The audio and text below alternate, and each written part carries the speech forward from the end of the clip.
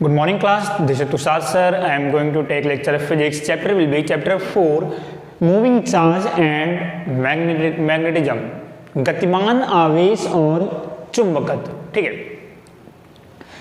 इसके last lecture में मैंने आपको चैप्टर 3 पूरा का पूरा आपका कंप्लीट हो गया। करंट, इलेक्ट्रिसिटी, वैद्युत धारा, उसके एक्सरसाइज के क्वेश्चन पूरा का पूरा चैप्टर आपका कवर हो चुका है।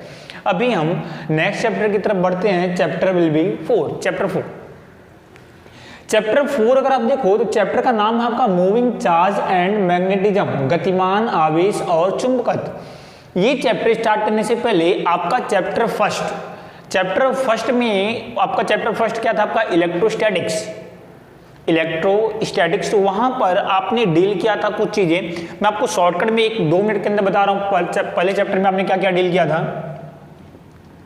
पहले चैप्टर में आपने डील किया था यहाँ पे कौन सा आवेश है? गतिमान आवेश है। पहले चैप्टर में आपने डील किया था कौन सा आवेश? रेस्ट चार्ज, स्थिर आवेश। ठीक है, उसके बाद से पहले चैप्टर में आपने डील किया था कि फर्स्ट जो चैप्टर था वो पूरा का पूरा किसके ऊपर डिपेंड था? रेस्ट चार्ज के ऊपर। ये वाला जो चैप्टर है वो पूरा का पूरा किस पे डिपेंड है? आपका गतिमान आवेश के ऊपर। अभी हम थोड़ा सा दोनों में फर्क देखेंगे, दोनों में डिफरेंस क्या है और दोनों में सिमिलरिटी भी क्या है। रेस्ट चार्ज आपका फर्स्ट चैप्टर है और इस चैप्टर में मूविंग चार्ज, दोनों चैप्टर में कुछ सिमिलरिटी भी है, कुछ डिफरेंस भी है। वो आपका जैसे जैसे चैप्टर आपका आगे जाएगा मैं आपको डिफरेंस और सिमिलरिटी आपको बताता रहूंगा। ठीक है, सबसे पहले देखो चैप्टर का नाम मूविंग चार्ज एंड मैग्नेटिज्म। सबसे पहले जैसे कि अगर आपके पास इस चैप्टर को स्टार्ट करने से पहले मान लो कि आपके पास एक मैग्नेट है, ये एक मैग्नेट है। मैं इसको एक्चुअल में पहले इसको आप बोलते हो आयरन ऑक्साइड क्या बोलते हो आप इसको? सबसे पहले मैं इसके इंट्रोडक्शन की बात करता हूं तो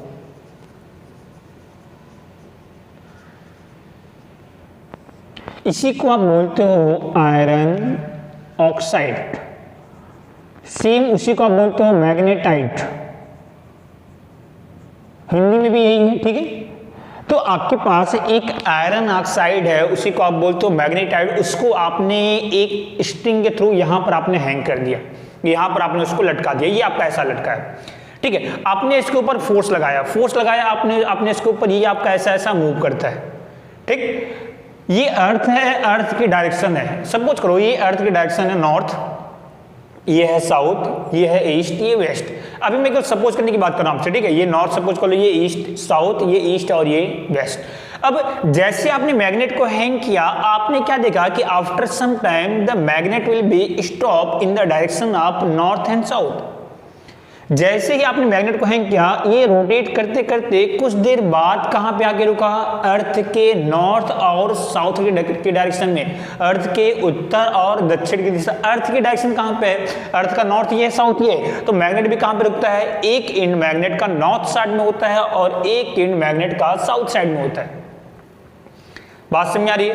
अब आपने फिर से मैग्नेट को हैंग किया, फिर से आपने मैग्नेट के ऊपर थोड़ा सा फोर्स लगा के इसको डिस्प्लेस किया। आपने क्या देखा? आफ्टर सम टाइम ये फिर से आपका ऐसा होता है। अब फिर से कुछ देर बाद फिर से ये कौन सी डायरेक्शन में रुकता है? Same direction, north and south. Magnet आपका ऐसा नहीं रुकता, मैग्नेट आपका इस तरीके से नहीं रुकता। मैग्नेट आपका कौन सी कंडीशन में बार बार आके स्टॉप हो रहा है? अर्थ के नॉर्थ और साउथ डायरेक्शन में। अब यहां से आपको सोचना है कि मैग्नेट आपका नॉर्थ और साउथ डायरेक्शन में ही आके क्यों रुक रहा है? न्यूटन का पहला नियम, न्यूटन का पहला लॉ क्या है कि कोई भी ऑब्जेक्ट जिस कंडीशन में है वो उसी कंडीशन में रहना चाहता है कि जब तक कि आप इसके ऊपर कोई एक्सटर्नल फोर्स ना अप्लाई करो। कोई भी ऑब्जेक्ट जिस कंडीशन में है वो उसी कंडीशन में रहना चाहेगा कि जब तक कि आप इसके ऊपर कोई फोर्स ना अप्लाई करो। सिंपल सी बात है कि अगर ये मैग्नेट बार बार इसी कंडीशन में रुक रहा है, इट मींस ये क्लियर है कि कहीं ना कहीं इस मैग्नेट के ऊपर कहीं ना कहीं फोर्स लग रहा होगा। फोर्स कौन सी डायरेक्शन में लग रहा होगा? इसी डायरेक्शन में, तभी तो आपका ये मैग्नेट आपका बार बार उसी डायरेक्शन में रुक रहा है। तो एक बात तो क्लियर है कि कहीं ना कहीं मैग्नेट के ऊपर कोई फोर्स लग रहा है। वो फोर्स, वही जो फोर्स है वो इसके लिए रिस्पॉन्सिबल है मैग्नेट को नॉर्थ और साउथ डायरेक्शन में रोकने के लिए। बात समझ आ रही है? तो आपके माइंड में एक बात क्लिक हो जानी चाहिए कि मैग्नेट के ऊपर कहीं ना कहीं कोई फोर्स लग रहा है। अब वो फोर्स कौन सा है वो हम अभी डील करते हैं, जैसे जैसे चैप्टर आपका आगे बढ़ेगा मैं आपको बताता हूं। ये मैग्नेट के ऊपर कौन सा फोर्स लग रहा है वो आपको नहीं पता, लेकिन फोर्स लग रहा है ये कन्फर्म है। अब ये बताओ जो फोर्स लग रहा है क्या आप उसको देख सकते हो? नहीं। फोर्स को दो टाइप में आपने डिवाइड किया, एक को आप बोल दिया कांटेक्ट फोर्स, एक को आपने बोल दिया फील्ड फोर्स।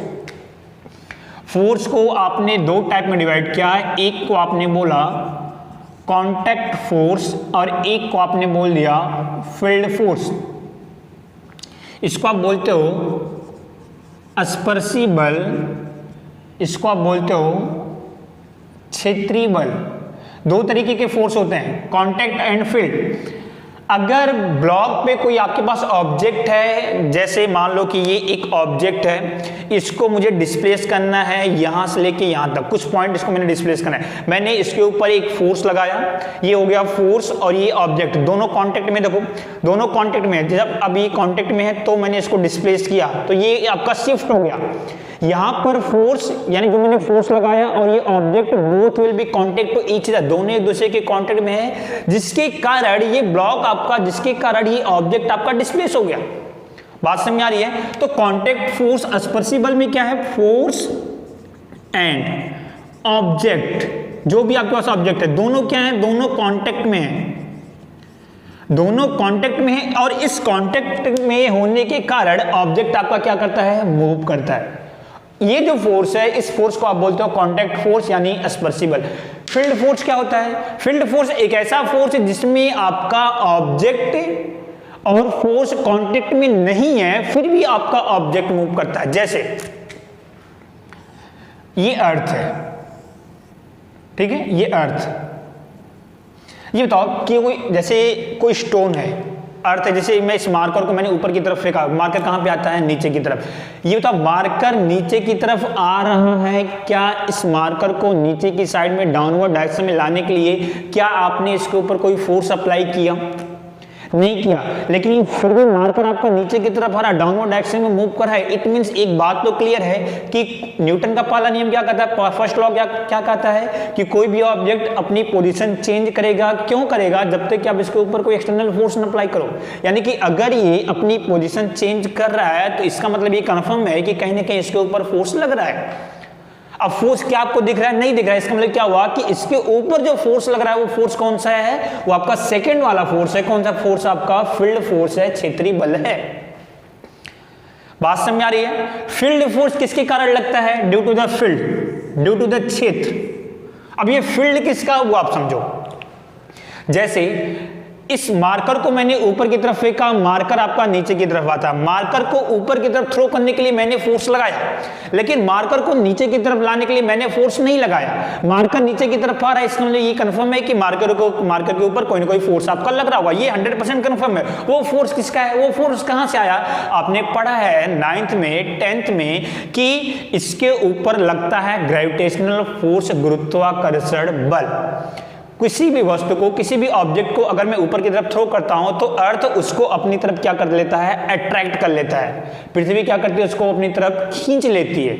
कहने का मतलब क्या हुआ? ये अर्थ है, अर्थ अपने चारों तरफ एक फील्ड क्रिएट करता है। फील्ड, अर्थ के पास क्या है? मास, द्रव्यमान। तो अर्थ के पास ढेर सारा मास है, तो अर्थ अपने मास के कारण, इसके पास इतना मास है, इसने मास के कारण इसने अपने चारों तरफ एक फील्ड क्रिएट किया, एक क्षेत्र क्रिएट किया। ये जो क्षेत्र होता है इसको आप बोलते हो gravitational field. Gravitational field Hindi में आप इसको बोलते हो गुरुत्वीय क्षेत्र। सॉरी, हिंदी में आप इसको बोलते हो गुरुत्वीय क्षेत्र। ठीक है। अब अर्थ ने ऐसा क्रिएट किया। अब आपने किसी ऑब्जेक्ट को आपने ऊपर की तरफ थ्रो किया, ये बताओ आपने उसको ऊपर की तरफ थ्रो किया, आपने देखा कि ऑब्जेक्ट फिर से कहां पे आ जा रहा है? नीचे की तरफ। आपने ऑब्जेक्ट को और ऊपर की तरफ थ्रो किया तो आपने देखा कि ये ऑब्जेक्ट कहां पे आ जा रहा है? नीचे की तरफ। इसका मतलब ये है कि कहीं ना कहीं ये जो स्टोन है, ये जो ऑब्जेक्ट है, इसके ऊपर कहीं ना कहीं फोर्स लग रहा है। फोर्स किसके कारण लग रहा है? आपका फील्ड के कारण लग रहा है। फील्ड किसने क्रिएट किया? अर्थ ने क्रिएट किया। अर्थ ने फील्ड किसके कारण क्रिएट किया? Due to the mass. तो अर्थ ने ये जो फील्ड क्रिएट किया है, ये किसके कारण फील्ड आपका क्रिएट हुआ है? मास के कारण। मास के कारण फील्ड क्रिएट हुआ है, तो इस वाले ऑब्जेक्ट के ऊपर एक फोर्स लगा। फोर्स क्यों लगा? क्योंकि ये ऑब्जेक्ट कहां पे है? इस फील्ड के रेंज में है, इस क्षेत्र के अंतर्गत है। अब अगर इस क्षेत्र के अंदर है तो इस वाले ऑब्जेक्ट के ऊपर फोर्स लगता है, और इस वाला ये जो फोर्स होता है, इस फोर्स को हम बोलते हैं कौन सा फोर्स? Field force. देखो इसके ऊपर फोर्स लगा और ये गति कर रहा है और ये मोशन कर रहा है आपका। तो बात समझ में आ रही है? फील्ड फोर्स का मतलब क्या हुआ?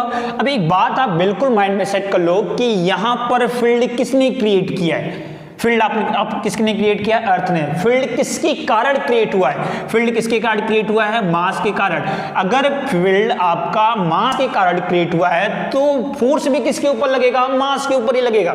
ये जो ऑब्जेक्ट है आपका, इसके पास मास होना चाहिए, तो एक पार्टिकल ये इसके पास मास है, तो इस वाले ऑब्जेक्ट के ऊपर आपका फोर्स लगना आपका शुरू हो जाता है।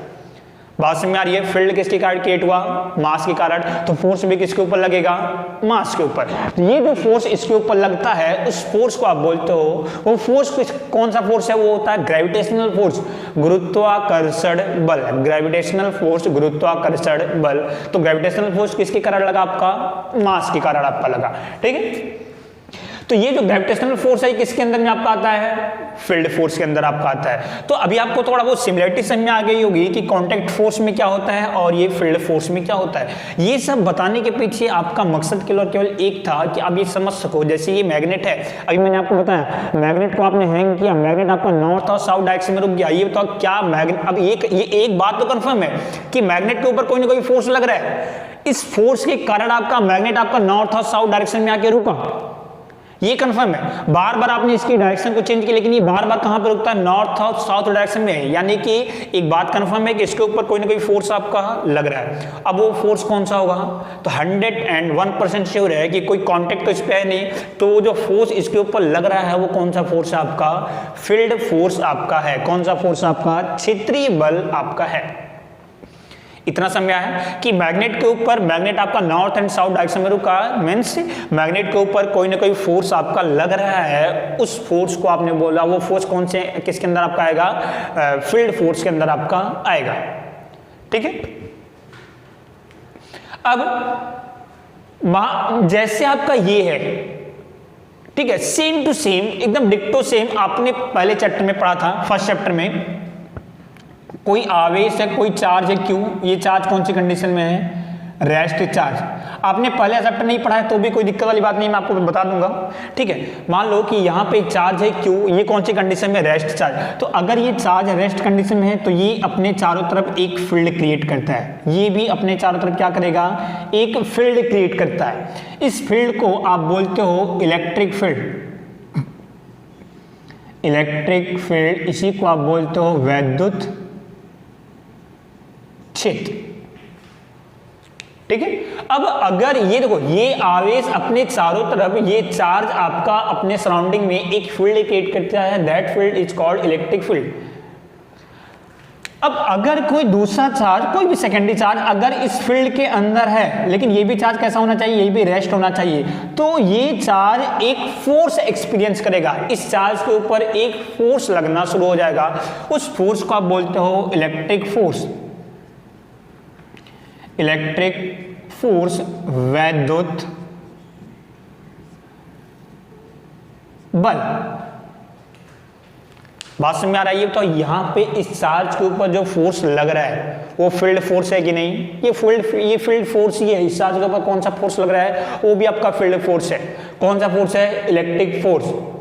ठीक है, इस चार्ज के ऊपर जो फोर्स लगा वो किसके कारण लगा? आपका ये आपका लगा फील्ड के कारण। कौन सी फील्ड है? इलेक्ट्रिक फील्ड है। यानी कि कोई चार्ज है वो रुका हुआ है तो अपने सराउंडिंग में एक फील्ड क्रिएट करेगा, उस फील्ड को आप बोलोगे इलेक्ट्रिक फील्ड। अब अगर उस फील्ड के अंदर कोई दूसरा चार्ज आता है जो वो भी रेस्ट कंडीशन में है, तो उसके ऊपर आपका फोर्स लगना आपका शुरू हो जाएगा। वो कौन सा फोर्स आपका होगा? Electric force. दोनों में आपको सिमिलरिटी समझ आ रही होगी। दोनों आपका फील्ड फोर्स है, ये भी फील्ड फोर्स है, ये भी फील्ड फोर्स है। यहां पे फील्ड किसने क्रिएट किया? मास ने। तो इस अब इस फील्ड के अंदर कोई भी होगा जिसके पास मास होगा तो इसके ऊपर फोर्स लगना शुरू हो जाएगा। यहां भी चार्ज ने कौन सा फील्ड क्रिएट किया, इलेक्ट्रिक फील्ड। अब अगर इस फील्ड के अंदर कोई भी दूसरा चार्ज आएगा जो कि रेस्ट कंडीशन में होगा तो इसके ऊपर भी आपका फोर्स लगना आपका शुरू हो जाएगा। That force is called electric force, वैद्युत बल। और ये जो फोर्स है ये कौन सा फोर्स है आपका, ग्रेविटेशनल फोर्स, गुरुत्वाकर्षण बल। बात समझ में आ गई। अब इसका मतलब, अब ये अगर आपको समझ में आ गया, इसका मतलब क्या हुआ कि देखो ये कंफर्म है कि जैसे मास के ऊपर ये तो मास के ऊपर जो फोर्स लगा वो कौन सा फोर्स है, ग्रेविटेशनल फोर्स है। फील्ड किसने क्रिएट किया, मास ने क्रिएट किया, यानी मास ने फील्ड क्रिएट किया, फोर्स भी किसके ऊपर लगा, मास के ऊपर लगा। अब एक चार्ज है वो रेस्ट कंडीशन में है, उसने एक फील्ड क्रिएट किया, वो कौन सा फील्ड है, वो है इलेक्ट्रिक फील्ड। तो उस फील्ड के अंदर कोई दूसरा अगर चार्ज आता है रेस्ट कंडीशन में तो उसके ऊपर भी फोर्स लगेगा। सेम टू सेम अगर ये मैग्नेट है, इसको मैंने यहाँ पे हैंग किया, अगर ये नॉर्थ एंड साउथ डायरेक्शन में रुकता है, इसका मतलब ये कंफर्म है कि इसके ऊपर फोर्स लगा।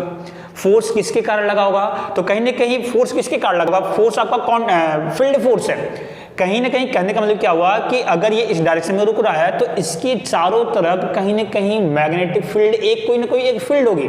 कौन सी फील्ड होगी, ये मैग्नेट है, ये एक आयरन ऑक्साइड यानी मैग्नेटाइड है। तो इस मैग्नेट के ऊपर लगने वाला जो फोर्स है उस फोर्स को आपने नाम दिया कौन सा फोर्स, मैग्नेटिक फोर्स, चुंबकीय बल। यानी कि ये जो मैग्नेट है ये चुंबकीय बल के कारण अर्थ के नॉर्थ और साउथ डायरेक्शन में रुक रही है। अब ये इसके ऊपर बल क्यों लगेगा, ये कंफर्म है कि इसके सराउंडिंग में, इसके चारों तरफ कहीं ना कहीं मैग्नेटिक फील्ड है, चुंबकीय क्षेत्र है, कोई ना कोई फील्ड होगी। तो उस फील्ड को आपने क्या नाम दिया, मैग्नेटिक फील्ड। कहने का मतलब क्या हुआ कि अगर ये एक मैग्नेट है, ये है नॉर्थ, ये है साउथ, ये मैग्नेट का आयरन ऑक्साइड मैग्नेटाइड, इसका ये हो गया उत्तरी ध्रुव और ये आपका हो गया दक्षिणी ध्रुव, नॉर्थ पोल और साउथ पोल। जब आपने इसको हैंग किया यहां से, आपने देखा कि ये अर्थ हो गया आपका, ये अर्थ, आपने देखा कि ये अर्थ की नॉर्थ डायरेक्शन, ये अर्थ की साउथ डायरेक्शन, सॉरी ये इसको साउथ सपोज करो, साउथ डायरेक्शन, ये नॉर्थ डायरेक्शन। आपने क्या देखा कि ये जो मैग्नेट है ये अर्थ के नॉर्थ और साउथ डायरेक्शन में आके रुक रहा है, ये ईस्ट हो गया, ये वेस्ट हो गया। ये जो मैग्नेट है ये अर्थ के नॉर्थ और साउथ डायरेक्शन में आकर रुक रहा है, यानी कि इस डायरेक्शन में कुछ आके रुक रहा है, यानी कि इसके ऊपर कोई ना कोई फोर्स लग रहा होगा। वो उस फोर्स को आपने नाम दिया कौन सा force, magnetic force. Magnetic force, चुंबकीय बल। अब इस मैग्नेट के ऊपर मैग्नेटिक फोर्स लग रहा होगा तो वो फोर्स कौन सा है, ये एक फील्ड फोर्स है। Magnetic force is a type of field force. चुंबकीय बल एक तरह का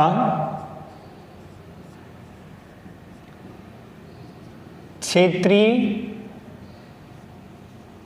बल है। मैग्नेटिक फोर्स कौन सा बल है आपका, एक तरीके का क्षेत्रीय बल है। यानी कि मैग्नेट के ऊपर फोर्स लग रहा होगा तो इसके ऊपर कौन सा फोर्स लग रहा होगा, मैग्नेटिक फोर्स। मैग्नेटिक फोर्स क्यों लगेगा कि इसके चारों तरफ, इसके सराउंडिंग में कोई ना कोई फील्ड होगी। कौन सी फील्ड होगी, वो होगी कौन सी field, magnetic field. Magnetic force किस तरीके का फोर्स है आपका, एक तरीके का फील्ड फोर्स है। Magnetic force occur due to the magnetic force occur due to the magnetic field। Magnetic field क्या लिखोगे हिंदी में कि जो चुंबकीय बल है वो किसके कारण आपका लगता है, वो चुंबकीय क्षेत्र के कारण लगता है। ठीक है, तो magnetic force occur due to the magnetic field.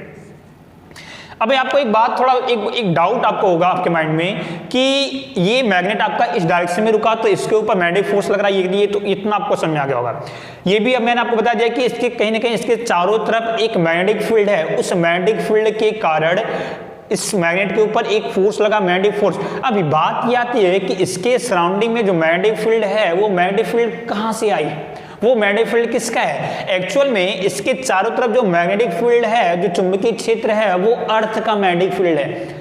अर्थ एक मैग्नेटिक फील्ड क्रिएट करता है, वो आपका चैप्टर नंबर 5 में है, मैग्नेटिज्म में, चुंबकत्व में अर्थ का मैग्नेटिज्म। वहां पे आपका एक पूरा का पूरा टॉपिक है, वहां पर आपको मैं फुल एक्सप्लेन करूंगा कि अर्थ आपका एक मैग्नेट की तरह बिहेव कैसे करता है। अभी आपको केवल इतना समझना है कि इस मैग्नेट के सराउंडिंग में जो मैग्नेटिक फील्ड है, जिसके कारण ये नॉर्थ एंड साउथ डायरेक्शन में रुका, वो मैग्नेटिक फील्ड कहां से आई? वो मैग्नेटिक फील्ड किसकी है? अर्थ की।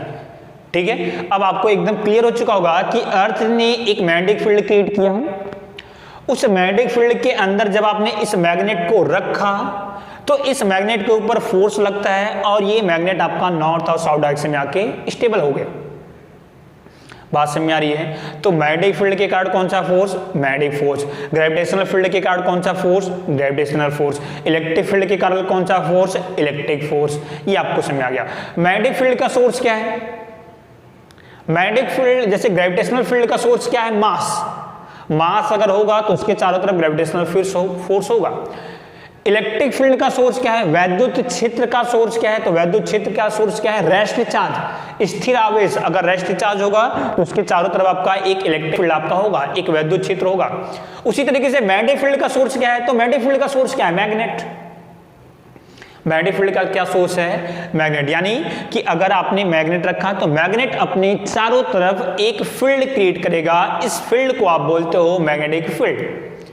तो अर्थ भी एक मैग्नेट की तरीके से बिहेव करती है। अर्थ बिहेव एज ए मैग्नेट, ये आपका नेक्स्ट चैप्टर में है। अर्थ अगर आपका एक मैग्नेट की तरह बिहेव करती है तो वो एक फील्ड बनाती है, एक फील्ड क्रिएट करती है। उस फील्ड के अंदर अब अगर मैंने मैग्नेट को रखा तो वो मैग्नेट आपका नॉर्थ एंड साउथ डायरेक्शन में रुकता है। क्यों? उस फील्ड के कारण इसके ऊपर मैग्नेटिक फोर्स आपका लगता है। तो एक बात आपके माइंड में बिल्कुल क्लियर हो चुकी है कि मैग्नेटिक फील्ड का सोर्स क्या है? आपका magnet. The source of the magnetic field will be magnet। चुंबकीय क्षेत्र का जो सोर्स है वो क्या है? आपका मैग्नेट है। यानी कि मैग्नेटिक फील्ड किसके कारण प्रोड्यूस होगी? आपकी मैग्नेट के कारण। बात समझ आ गई? तो ये आपके एक जनरल से आपका ये अभी इंट्रोडक्शन रहा। अब इसके बारे में हम चैप्टर में टॉप जितने भी टॉपिक है 1 बाय 1 डिस्कस करते हैं। ये आपको समझ आ गया ना? ये 3 पॉइंट है आपको मैग्नेट का थोड़ा सा इंट्रोडक्शन देने के लिए। ठीक है, अभी ये तो सब आपको समझ में आ गया। अभी आगे हम चलते हैं। तो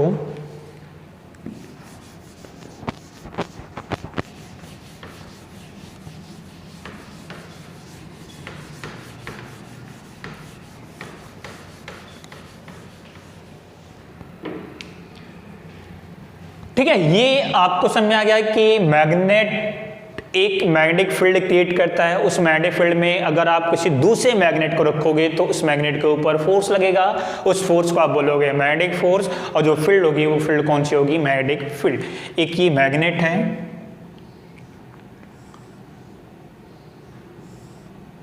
ये एक मैग्नेट है, चुंबक है।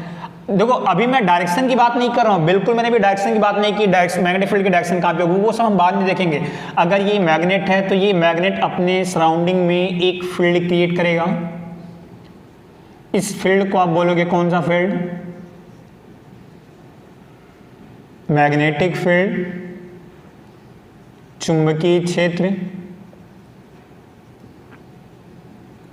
कोई भी दूसरा मैग्नेट अगर इसके अंदर आता, मान लो कि ये एक कोई दूसरा मैग्नेट है,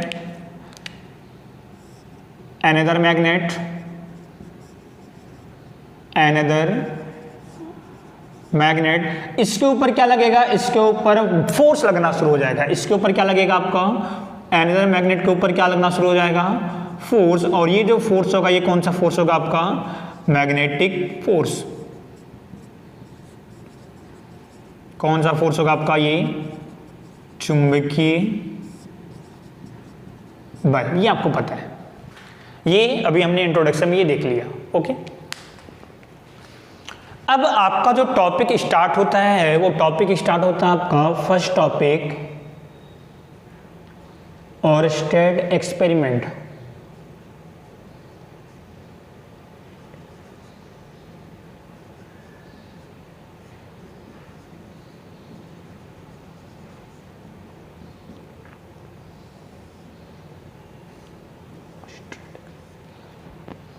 ओरस्टेड का प्रयोग, ये आपका पहला टॉपिक है, इंट्रोडक्शन आपका हो गया।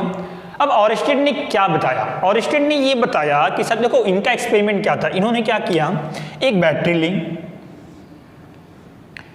इस बैटरी से उन्होंने एक की कनेक्ट किया और इस की से, इस बैटरी से एक वायर से, यहां पे ये वायर है, ये वायर हो गया, ठीक। इसी वायर के साइड में उन्होंने रखा है एक मैग्नेटिक निडल। मैग्नेटिक निडल क्या होता है? आपने कंपास देखा होगा, मैग्नेटिक निडल में एक ऐसी निडल होती है ग्लास के अंदर, वो आपकी देखो तो और वो आपके लगातार आपके मूव करती रहती है। ऐसा एक ये निडल होती है, ये किसकी बनी होती है? ये मैग्नेट की बनी होती है।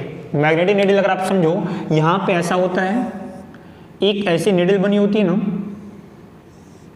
कंपास के अंदर, ये जो इसकी यहाँ पे रेड होता है, रेड यहाँ पे लिखा भी रहता है। ये जो टर्म, ये जो होता है, ये होता है नॉर्थ और ये जो होता है साउथ। मैग्नेट के दो पोल होते हैं, नॉर्थ पोल और साउथ पोल, आपको पता है, ठीक है। तो ये मैग्नेटिक निडल के, मैग्नेटिक निडल किसकी, एक किसकी बनी होती है? मैग्नेट की, और इसके बाद दो पोल होंगे, नॉर्थ पोल होंगे और साउथ पोल होंगे, ठीक है। तो यहाँ पे एक मैग्नेटिक निडल है, ये नॉर्थ पोल, ये साउथ पोल, ठीक है। ये एक मैग्नेटिक निडल आपके पास है।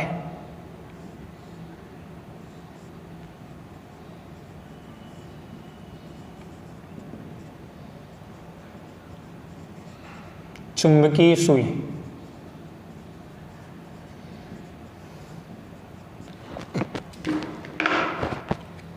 देखो समझो आप, ये ओरस्टेड का एक्सपेरिमेंट क्या है। ओरस्टेड ने क्या किया, बैटरी लिया, बैटरी से यहाँ पे उन्होंने एक की कनेक्ट किया और उसके बाद से एक वायर है, वायर के बगल में क्या रखा आपका? मैग्नेटिक निडल, चुंबकीय सुई। उसके अंदर की जो निडल है किसकी बनी है? ये किसकी बनी है? ये आपकी बनी है किसकी? मैग्नेट की। किसकी बनी है? मैग्नेट की, ठीक। ओरस्टेड ने देखा कि जैसे उन्होंने, ओरस्टेड ने स्विच को कनेक्ट किया, जैसे उन्होंने स्विच को कनेक्ट किया, उन्होंने देखा कि यहाँ, ये तो स्विच को कनेक्ट करोगे तो यहाँ से करंट आपका फ्लो होगा, इस वाले वायर में आपका करंट फ्लो होगा। तो जैसे ही ओरस्टेड ने स्विच को कनेक्ट किया, the current will be flow in the circuit, current आपका इस सर्किट में फ्लो होता है। और उन्होंने ऑब्जर्व क्या किया कि ये जो निडल है, ये दैट विल बी डिफ्लेक्ट, इसकी जो पोजीशन है वो चेंज हो गई। पहले निडल आपका इस तरीके से था, अभी आपका जो निडल है उसकी पोजीशन आपके चेंज हो गई, कुछ इस तरीके से हो गई। बात समझ आ रही है? निडल की पोजीशन आपकी चेंज हो गई। जैसे यहाँ पे स्विच को कनेक्ट किया कि निडल जो आपका इस तरीके से हॉरिजॉन्टल था, the position of the needle will be vertical, ये आपका वर्टिकल तुरंत हो गया। फिर उन्होंने स्विच को डिस्कनेक्ट किया, जैसे स्विच डिस्कनेक्ट किया फिर से ये आपका उसी स्टेट में आ गया। फिर से जैसे उन्होंने स्विच को कनेक्ट किया, उन्होंने देखा कि फिर से आपका ये जो निडल है, फिर से आपकी इसकी पोजीशन चेंज हो गई। और जैसे स्विच को डिस्कनेक्ट किया, फिर से निडल आपका ओरिजिनल इनिशियल पोजीशन में आपका आ गया। यहां से कंक्लूजन क्या निकलता है? यहां से कंक्लूजन क्या निकलता है? सबसे पहले आप ये बताओ, ये जो मैग्नेटिक निडल है ये किसकी बनी है? ये मैग्नेट की बनी है, चुंबक की बनी है। अब मैग्नेटिक निडल, अगर ये मैग्नेटिक निडल है तो इसकी ये डिफ्लेक्ट कर रही है, ये इसकी पोजीशन चेंज हो रही है। पोजीशन चेंज क्यों होगी? सिंपल सी बात है कि इसके ऊपर कोई ना कोई फोर्स लग रहा होगा। अब मैग्नेटिक निडल के ऊपर फोर्स लग रहा तभी तो उसकी पोजीशन चेंज हुई। पहले मैग्नेटिक निडल आपका इस तरीके से था, अभी जैसे आपने करंट फ्लो किया वैसे मैग्नेटिक निडल आपका इस तरीके से हो गया। यानी कि मैग्नेटिक निडल के ऊपर फोर्स लग रहा होगा। कौन सा फोर्स लग रहा होगा? क्या आपने उसको टच किया? नहीं। यानी कि एक बात कंफर्म है कि इस मैग्नेटिक निडल के ऊपर कौन सा फोर्स लग रहा होगा? आपका फील्ड फोर्स लग रहा होगा, क्षेत्रीय बल। अब ये तो है मैग्नेट, ये किसकी बनी है, ये मैग्नेट की बनी है, तो मैग्नेट को डिफ्लेक्ट कौन करेगा, मैग्नेटिक फील्ड। सिंपल सी बात है कि कहीं ना कहीं इस मैग्नेटिक नीडल के चारों तरफ एक मैग्नेटिक फील्ड, एक चुंबकीय क्षेत्र आया है, जिसके कारण ये मैग्नेटिक नीडल आपका डिफ्लेक्ट होकर आपका ऐसा हो गया। बात समझ में आ गया। पहले इस तरीके से था, जैसे ही इसके चारों तरफ कहीं ना कहीं मैग्नेटिक फील्ड क्रिएट हुआ, उस मैग्नेटिक फील्ड के कारण, उस चुंबकीय क्षेत्र के कारण इस मैग्नेट के ऊपर फोर्स लगा और उस फोर्स के कारण ये आपका डिफ्लेक्ट हो गया, कुछ इस तरीके से आपका हो जाता है। एक बात क्लियर हो गई 100% कि अगर इसकी पोजीशन चेंज हुई तो इसके ऊपर एक फोर्स आपका लगा होगा। ये है मैग्नेट, तो मैग्नेट के ऊपर कौन सा फोर्स लगा होगा आपका, मैग्नेटिक फोर्स। मींस इस वाले नीडल के ऊपर एक मैग्नेटिक फोर्स लगा। अब मैग्नेटिक फोर्स किसके कारण लगेगा, वो मैग्नेटिक फोर्स किसके कारण लगा होगा आपका, मैग्नेटिक फील्ड के कारण। यानी कि कहीं ना कहीं यहां पर इस नीडल के चारों तरफ एक मैग्नेटिक फील्ड क्रिएट हुआ, जिसके कारण आपका इस नीडल पे फोर्स लगा और ये डिफ्लेक्ट हुआ। फिर से एक पॉइंट आता है कि तो मैग्नेटिक फील्ड किसके कारण क्रिएट हुआ। अभी तो मैंने इसके पहले आपको इंट्रोडक्शन में बताया था कि मैग्नेटिक फील्ड का सोर्स क्या है, चुंबकीय क्षेत्र का सोर्स क्या है, मैग्नेट। अगर कहीं पे मैग्नेट रखा है तो वो चारों तरफ मैग्नेटिक फील्ड क्रिएट करेगा, लेकिन यहां पे मैग्नेटिक फील्ड किसके कारण क्रिएट हुआ, तो ऑर्स्टेड ने ऑब्जर्व किया कि जैसे ही मैंने स्विच को कनेक्ट किया वैसे यहां से करंट आपका फ्लो हो रहा है।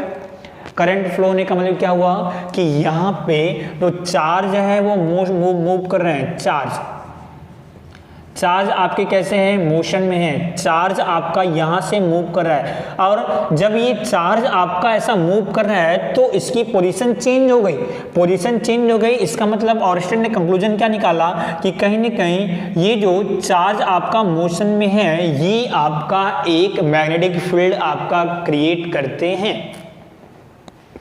समय ऑर्स्टेड ने कंक्लूजन निष्कर्ष क्या निकाला कि अगर कोई भी आवेश गतिमान है, गति कर रहा है, तो वो अपने चारों तरफ एक चुंबकीय क्षेत्र उत्पन्न करेगा। ये एक्सपेरिमेंट था किसका, ऑर्स्टेड का। बात समझ में आ गई।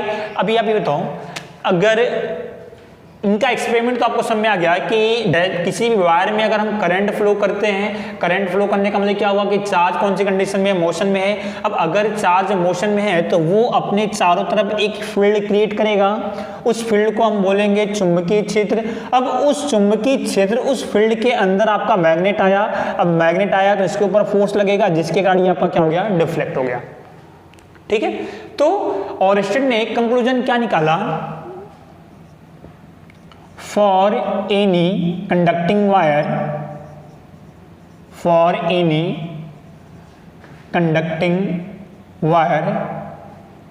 the flow of charge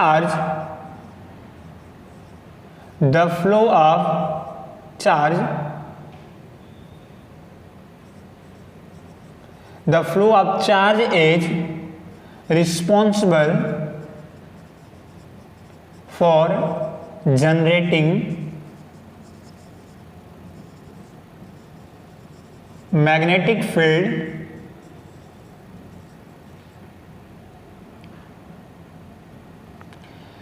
for any conducting wire. The flow of charge is responsible for generating magnetic field around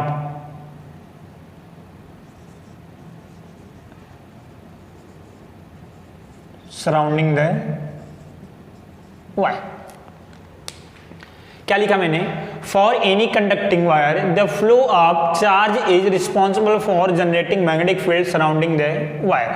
किसी भी तार में अगर कोई आवेश गतिमान है तो वो गतिमान आवेश के कारण उस तार के चारों तरफ एक चुंबकीय क्षेत्र उत्पन्न होता है। हिंदी मीडियम के स्टूडेंट्स लिख लेना कि ऑर्स्टेड का एक्सपेरिमेंट क्या था कि किसी भी तार के अंदर अगर हम आवेश को गति कराते हैं, यानी आवेश को गति कराने का मतलब क्या हुआ कि अगर उसके अंदर से करंट फ्लो होती है तो उस तार के चारों तरफ एक चुंबकीय क्षेत्र उत्पन्न होता है।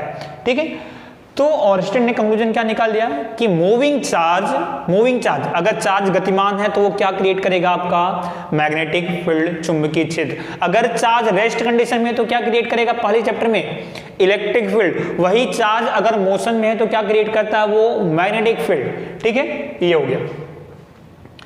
ये ऑरस्टेड का एक्सपेरिमेंट है। तो सेकंड लिख लेना आप कि हिंदी मीडियम में कि किसी भी तार के अंदर प्रवाहित होने वाली धारा के कारण उसके चारों तरफ आपका चुंबकीय क्षेत्र आपका उत्पन्न होता है। बात समझ में आ गई? ठीक है। अब आगे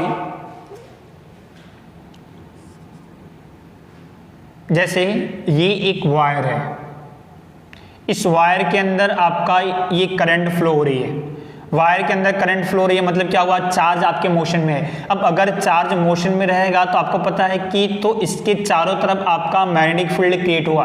चार्ज मोशन में है मतलब ये इसके चारों तरफ एक चुंबकीय क्षेत्र उत्पन्न करेंगे, एक मैग्नेटिक फील्ड क्रिएट करेंगे। ठीक है,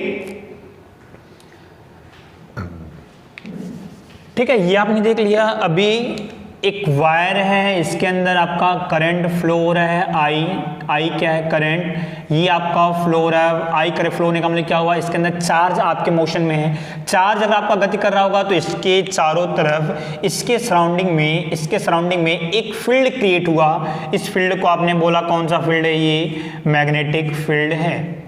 मैग्नेटिक फील्ड चुंबकीय क्षेत्र है, इस तार के चारों तरफ क्या है, मैग्नेटिक फील्ड आपका क्रिएट हुआ। ये जो मैग्नेटिक फील्ड इसके चारों तरफ है, इस मैग्नेटिक फील्ड को आप रिप्रेजेंट करते हो किससे, बी से। किससे रिप्रेजेंट करोगे, बी से। तो मैग्नेटिक फील्ड विल बी, इसको मैं रफ कर देता हूं, magnetic field will be represented by B. किससे रिप्रेजेंट करोगे आप, बी से। जैसे एक चार्ज है, क्यों, ये रेस्ट कंडीशन में है, ये अपने चारों तरफ एक फील्ड क्रिएट करता है, इस फील्ड को आप बोलते हो इलेक्ट्रिक फील्ड, वैद्युत क्षेत्र। तो ये जो इलेक्ट्रिक फील्ड होता है इसको आप रिप्रेजेंट करते हो किससे, ई से। किसे रिप्रेजेंट करते हो, ई से। तो सेम टू सेम चार्ज अगर रेस्ट कंडीशन में है तो वो एक फील्ड क्रिएट करता है, उस फील्ड को आप बोलते हो इलेक्ट्रिक फील्ड, वैद्युत क्षेत्र। अगर ये चार्ज मोशन में है तो ये अपने चारों तरफ एक फील्ड क्रिएट करेगा, उस फील्ड को आप बोलोगे मैग्नेटिक फील्ड, चुंबकीय क्षेत्र। उसको आप रिप्रेजेंट कैसे करोगे, बी से। ठीक है, समझ आपको आया? इसको किससे रिप्रेजेंट करोगे आप, बी से। ओके। इलेक्ट्रिक फील्ड आपका, ई आपका वेक्टर क्वांटिटी है, सदिश राशि। तो बी भी आपका कौन सी क्वांटिटी होगा, ये भी एक वेक्टर क्वांटिटी है। It is a vector quantity.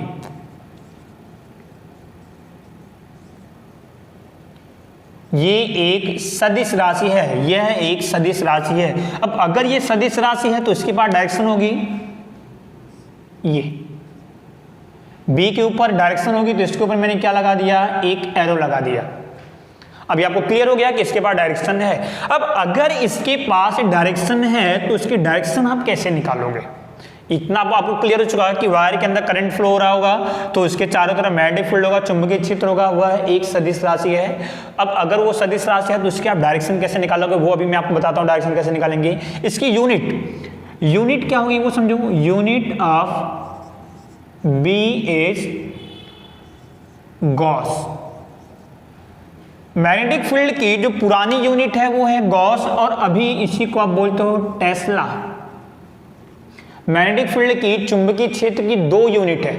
पहली यूनिट क्या है, गॉस, ये पुरानी यूनिट है, और नई यूनिट क्या है, टेस्ला। टेस्ला को आप रिप्रेजेंट करोगे किससे, कैपिटल टी से, बस। टेस्ला आपका एक साइंटिस्ट के ऊपर पढ़ा, निकोलस टेस्ला, एक साइंटिस्ट है जिन्होंने इसको डिस्कवर किया था।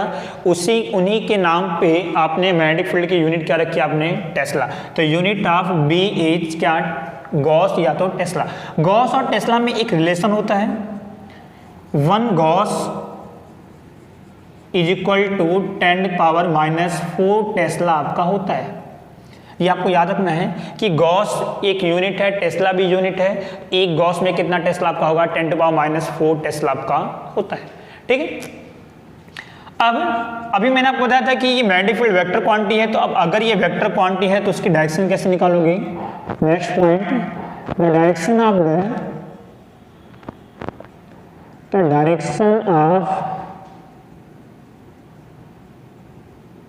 मैग्नेटिक फील्ड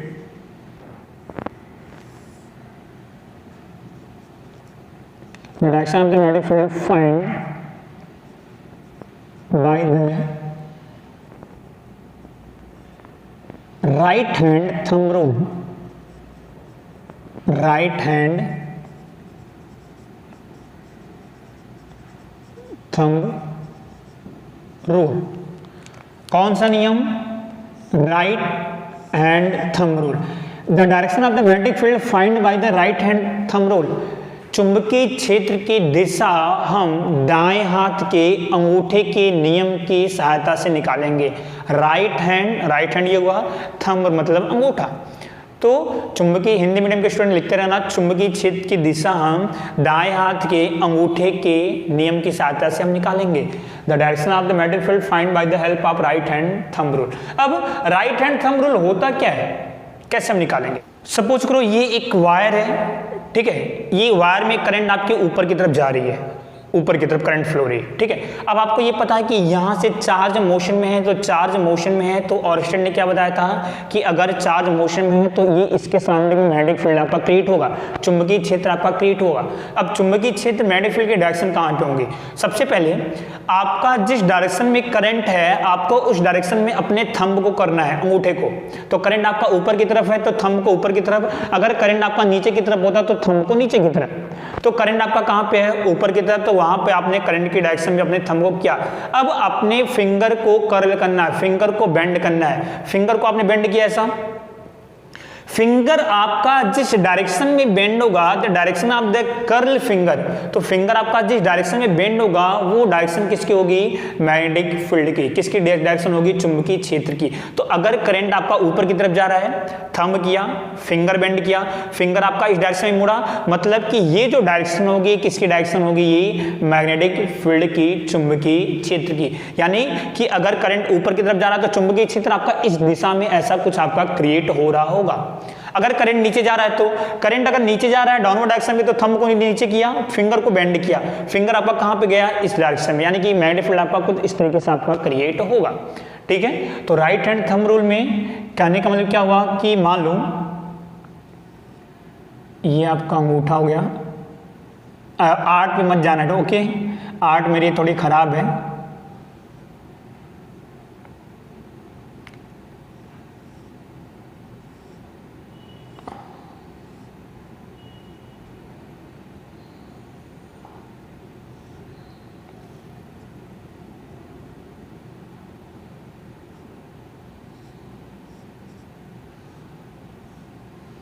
आर्ट में मत जाना, आप क्यों समझो, ठीक है। यहां पे क्या है? ये एक वायर है, ये वायर है, ठीक है, ये वायर है। वायर में करंट आपका कहां जा रहा है? तो ये जो थंब है, यानी सपोज कर लिया मैंने कि इसके अंदर जो करंट है आई, ये आपका इस डायरेक्शन में है। तो ये थंब किसकी डायरेक्शन बताता है? थंब आपको इंडिकेट करेगा डायरेक्शन ऑफ करंट। थंब आपका जो अंगूठा है ये इंडिकेट करेगा किसको? Direction of current. अंगूठा किसकी दिशा बताएगा आपको? धारा की दिशा। तो ये जो कर्ल फिंगर है, कर्ल फिंगर, ये जो कर्ल फिंगर है, ये जो कर्ल फिंगर है ये आपको डायरेक्शन बताएगा, किसकी डायरेक्शन बताएगा आपका? ये मैग्नेटिक फील्ड की। मैंने यहां पे लिखा ये जो डायरेक्शन, ये किसकी डायरेक्शन है? Direction of magnetic field. ये किसकी दिशा है? ये दिशा है किसकी? चुंबकीय क्षेत्र की दिशा है। ये जो फिंगर बेंड है किसकी दिशा है? चुंबकीय क्षेत्र की दिशा है। तो राइट हैंड थंब रूल क्या है? एक और राइट हैंड थंब रूल क्या है? अभी आपको समझ आ गया। Right hand thumb rule it means by the help of right hand thumb rule we find the direction of magnetic field. दाएं हाथ के अंगूठे के नियम के अनुसार हम चुंबकीय क्षेत्र की दिशा निकालते हैं। According to the right hand thumb rule, the thumb indicates the direction of current, the thumb indicates the direction of current and the curl finger, then the curl finger indicates the direction of the magnetic field, ठीक है। तो that is called right hand thumb rule। अगर आप उसको statement में लिखना हो तो इसको लिख सकते हो। स्टेटमेंट में अगर आपको इसको लिखना है तो आप इसको लिख सकते हो, right hand thumb rule, right hand thumb rule state that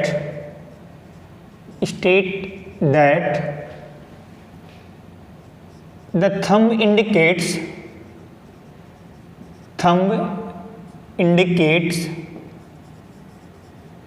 the direction of electric current, then the curl finger indicates the direction of magnetic field. Okay, ये आपका right hand thumb rule. Right hand thumb rule states that the thumb indicates the direction of the electric current, then the curl finger indicates the direction of the magnetic field. Simple है. हिंदी में क्या लिखोगे कि दाएं हाथ के अंगूठे के नियम के अनुसार यदि अंगूठा धारा की दिशा बताता है तो मुड़ती हुई अंगुलियों की दिशा हमें चुंबकीय क्षेत्र की दिशा बताती है. ठीक है, तो आज का ये पूरा का पूरा आपका कंप्लीट होता है. ठीक है,